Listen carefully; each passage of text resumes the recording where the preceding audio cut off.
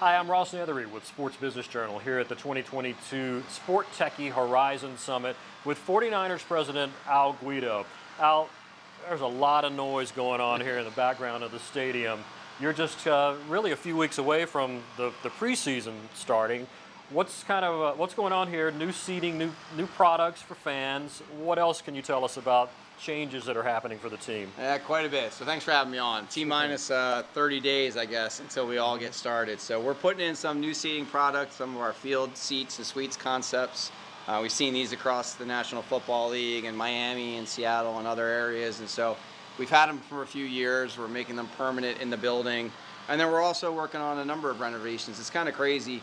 You know, for obviously the viewers and the people that know Levi Stadium, it's nuts to think that we're heading into our 9th season here. It feels like just yesterday we opened in 2014 and hosted the Super Bowl in 15. So we're doing a lot in and around the venue to get ready for 49ers games. And then starting our preparation, frankly, already for the 2026 World Cup, which there'll be a number of changes that we'll have to make to the building to get ready to host that large tournament. Catering to the needs of fans, in person and both viewers is top of mind for you. So you told us a little bit about what's going on in the stadium. We were talking a little bit earlier about changes to viewership and what sports overall might see coming, streaming, other capabilities.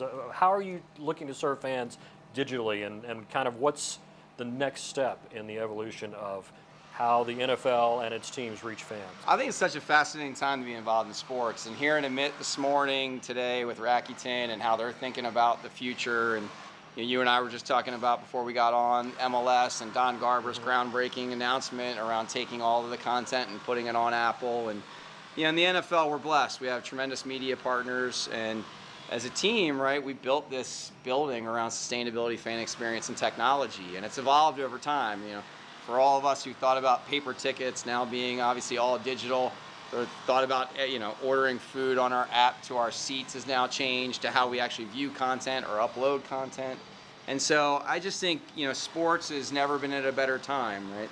Consumption is through the roof. If you look at all the ratings, they're really up across every single sports metric. If you look at in-stadium experience, we got more fans paying higher dollars to come into events. And I serve two roles here at the San Francisco 49ers, and I'm the CEO of Elevate Sports Ventures. And Elevate serves over 150 brands across North America and over the globe. And knowing the demand right now for live sports, again, both in venue and out of venue, it's never been higher. And so what that might mean to sponsorship, what that might mean to fan experience, what that might mean to tech and innovation, it's really like it's a neat time. And I don't think we've all figured it out yet. I'm not sure we ever will.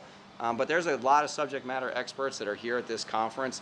Again, one that I was just speaking with Hive, our partner at Elevate, that does a lot of media evaluations around what a sponsor logo might pick up during a broadcast or a streaming, and how that's going to evolve over time, how MLS might think about the values of those sponsors on the streaming platform versus RSNs.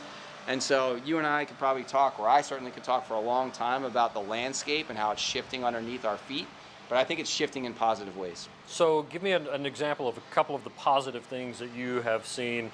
I can't say coming, because of COVID, but coming out of the 2020 season where everything kind of came to a halt. What's been the biggest surprises for you, and what do you think can be built upon? Well, I think first and foremost, it was the return of live sports with fans. I think when something gets stripped away from you in life, you never really know what you have until you lost it.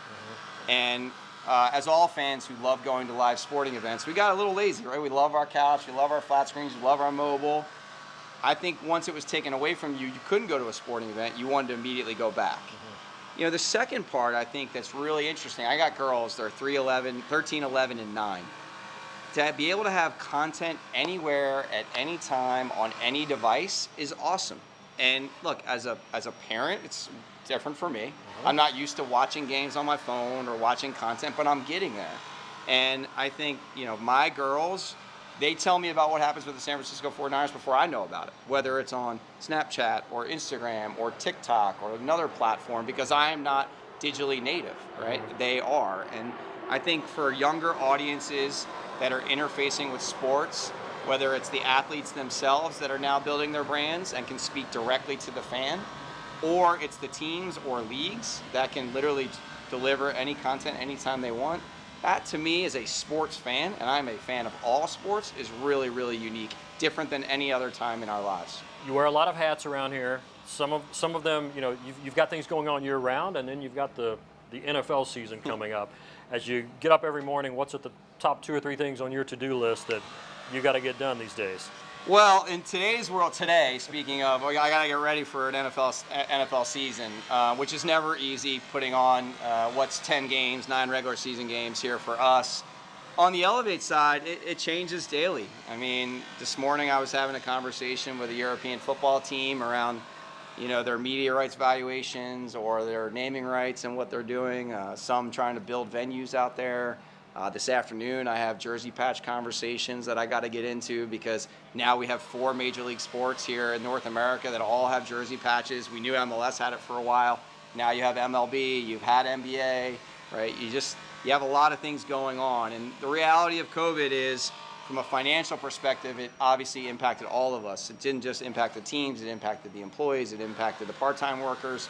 And so filling back up the hole that we all kind of got ourselves into, not by our own doing, but by a pandemic nobody could have stopped, right, or thought through, I think it's provided us a lot of opportunity. And I would say my last piece on this is, what I think is really neat is, if you think about the law of diffusion of innovation, you have your laggards, you have your early adopters. COVID, in my mind, didn't really change anything. It accelerated everything. And, you know, my father, who would have never picked up a phone and watched something, a piece of content, or jumped on a Zoom or a Cisco WebEx, not to pick any partner, they would have never done that. But due to COVID, everyone accelerated on that curve around becoming more digitally native, more technologically savvy. And I think that's provided opportunity to sports teams, leagues, and brands to engage in ways they would have never been otherwise able to do so. Al Guido with the 49ers on Elevate. Always good to see you. Thanks you. for joining us on SBJ Spotlight. Thank you.